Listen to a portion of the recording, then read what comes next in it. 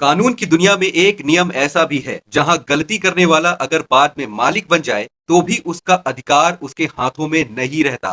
सोचिए, आपने पूरी ईमानदारी से भरोसा करके किसी व्यक्ति से जमीन खरीदी, पैसे दिए, रजिस्ट्री कराई और कब्जा भी ले लिया। कुछ समय के बाद आपको ये पता चला कि जिस व्यक्ति ने आपको जमीन बेची थी वह बिक्री के समय उस जमीन का मालिक नहीं था। अब सवाल उठता है, जब बेचने वाले के पास ही जमीन बेचने का अधिकार नहीं था तो अब आपकी रजिस्ट्री का क्या होगा। लेकिन इस कहानी में एक बड़ा मोड़ आता है। कुछ समय बाद जमीन बेचने वाला व्यक्ति उसी जमीन का मालिक बन जाता है। अब क्या वो ये कह सकता है कि अब इस जमीन का मालिक मैं हूं, क्योंकि जब मैंने ये जमीन बेची थी उस वक्त मैं मालिक नहीं था। और यहीं पर लागू होता है प्रॉपर्टी लॉ का एक बहुत महत्वपूर्ण सिद्धांत, doctrine of feeding the grant bye estoppel.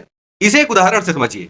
मान लीजिए अमित ने विकास को एक जमीन बेची। विकास ने भरोसा किया, पैसे दिए और सेल डीड करा ली। लेकिन असली सच्चाई यह थी, जिस दिन सेल डीड हुई उस दिन अमित उस जमीन का मालिक था ही नहीं। अब कुछ लोग कहेंगे कि फिर तो विकास की रजिस्ट्री भी बेकार हो गई। लेकिन इस बात को समझिए कि कुछ वर्षों के बाद वही जमीन अमित को विरासत में प्राप्त हो गई। अब अमित कहता है, अब मैं इस जमीन का मालिक हूं, इसलिए अब ये जमीन मेरी हो गई। लेकिन कानून यहीं पर अमित से कहता है कि जब आपने ये जमीन बेची थी उस वक्त आपने ये दर्शाया था कि आप ही असली मालिक हैं और आपके पास बेचने का अधिकार है। एक खरीदार ने आपके उसी विश्वास पर पैसा लगाया, इसीलिए बाद में आपको जो अधिकार मिला है वो पहले वाले खरीदार के लाभ के लिए इस्तेमाल होगा। यही है feeding the grant bye estoppel. इस सिद्धांत का आधार है ट्रांसफर ऑफ प्रॉपर्टी एक्ट 1882 की धारा 43। इसका उद्देश्य ऐसे खरीदार की सुरक्षा करना है जिसने बेचने वाले के कथन और व्यवहार के ऊपर भरोसा करके संपत्ति खरीदी। सुप्रीम कोर्ट के एक बहुत महत्वपूर्ण निर्णय, जुम्मा मस्जिद मरकारा वर्सेस कोडीमानी अंडारा डेविया में न्यायालय ने स्पष्ट किया कि यदि कोई व्यक्ति बिना अधिकार के संपत्ति का हस्तांतरण करता है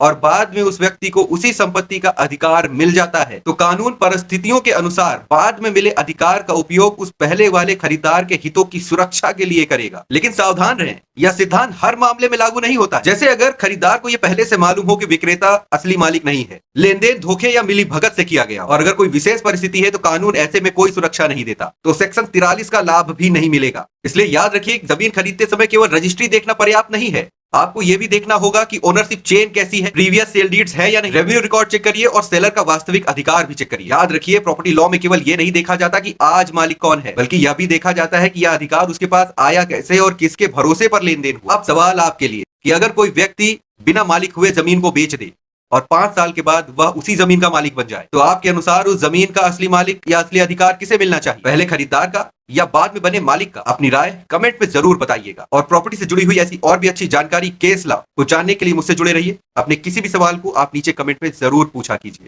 धन्यवाद।